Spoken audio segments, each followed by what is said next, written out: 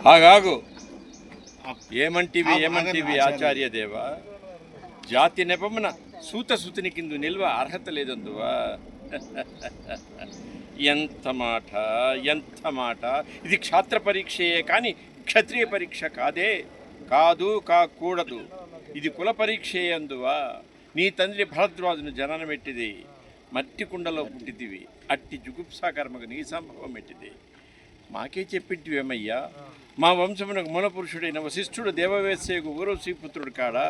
అతడు పంచమజాతి కన్య అయిన అరుంధతి ఎందు శక్తిని, ఆ శక్తి చండాలంగనందు పరాశరుని పలపడుచు అయిన మత్స్యగంధి ఎందు మా తాత వ్యాసుని, ఆ వ్యాసుని విధవరంటైన మా పితామహి అంబికతో మా తండ్రిని, మా పిన పితామహి అంబాలికతో మా పిన తండ్రి పాండురాజును, మా ఇంటి దాసితో ధర్మ నిర్మాణ జనుడని మీచే కీర్తించబడుతున్న ఈ విదురదేవుని కనలేదా?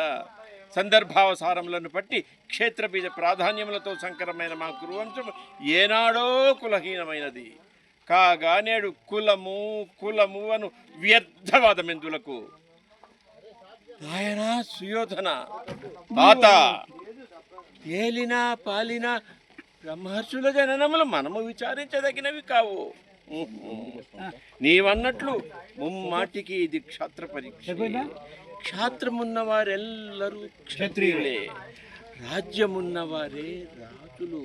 అట్టి రాజులే ఈ కురు రాజ పరిషత్తులో పాల్గొనుటకు అర్హులు.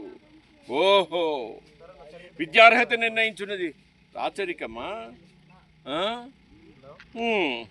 అయినచో ఈ సువిశాల కురు మహాసామ్రాజ్యమున సంపత్ విరామము సస్యశ్యామలమై వెలుగొందు అంగరాజ్యమునికి ఇప్పుడే ఇతని మూర్ధాభిషిక్తునిగా వంచుచున్నాను. సోదరా దుశ్శాసన, అనర్గమకు శక్తి కిరీటమును వేగముకు తెమ్ము. మామా గాంధార సార్వభౌమ, సురిచిర మణిమయ మండిత సువర్ణ సింహాసనమును తెప్పింపుడు. వందిమాగదులారా, కన్న మహారాజును కైవారముగా వింపుడు. కళ్యాణ భట్టులారా, పుణ్య